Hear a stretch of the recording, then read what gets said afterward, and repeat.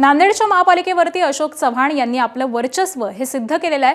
महापालिका निवडणुकीमध्ये अशोक चव्हाण यांनी नांदेड महापालिकेमध्ये एक हाती सत्ता आणली आणि त्यामुळे 28 वर्षांनंतर नांदेड महापालिकेमध्ये भाजपचा महापौर होणार आहे। कविता मुळे या महापौर म्हणून आज पदभार स्वीकारणार आहेत, तर उपमहापौर दीपक रावत हे आपला पदभार स्वीकारतील। या पदग्रहण सोहळ्याची जय्यत अशी तयारी सध्या करण्यात आली आहे। सुनेत्रा पवार आजपासून ॲक्शन मोडवर उपमुख्यमंत्री पदाचा स्वीकारणार पदभार। रात्री दिल्ली दौऱ्यावर पंतप्रधानांची भेट घेणार।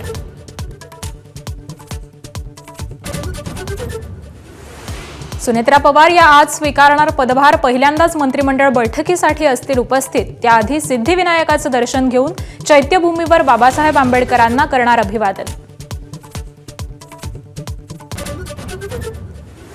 जिल्हा परिषदेतील विजयानंतर मुख्यमंत्री फडणवीसांचा तातडीनं दिल्ली दौरा। गृहमंत्री अमित शहा यांची रात्रीच भेट घेतल्याची माहिती। राष्ट्रवादी विलीनीकरणावर दिल्लीत खलबत झाल्याची माहिती। चंद्रपुरातल्या सत्ता नाट्याचा आज शेवटचा अंक। महापौर पदाची निवडणूक आज होणार। काँग्रेस भाजप ठाकरे गटापैकी कोणाची समीकरणं जुळणार याची उत्कंठा शिगेला। जिल्हा परिषद निवडणुकांमध्येही भाजपचाच डंका। नगरपालिका आणि महानगरपालिकेची घोडदौड कायम। शहरी पक्ष असल्याचं मिथक भाजपनं मोडून काढलं, मुख्यमंत्र्यांचं वक्तव्य।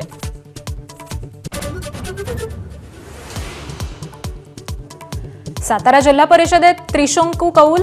भाजपला दूर ठेवण्यासाठी शिवसेना आणि राष्ट्रवादी एकत्र येण्याची शक्यता। मंत्री शंभूराजेंच्या घरी अनौपचारिक बैठक झाल्याची ही माहिती। ज्येष्ठ नेते शरद पवारांची प्रकृती स्थिर। छातीत दुखत असल्यानं पुण्यात रुग्णालयात दाखल।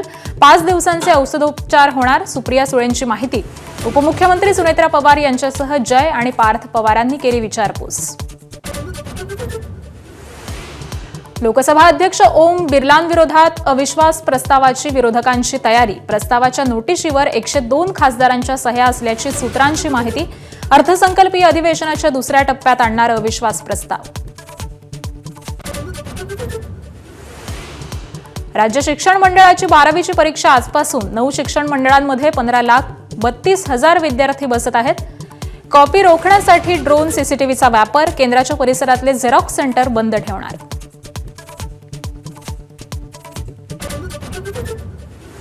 आयसीसीच्या तंबीनंतर पाकिस्तान वठणीवर। भारतासोबत T20 खेळणार। रविवारी कोलंबोत रंगणार सामना।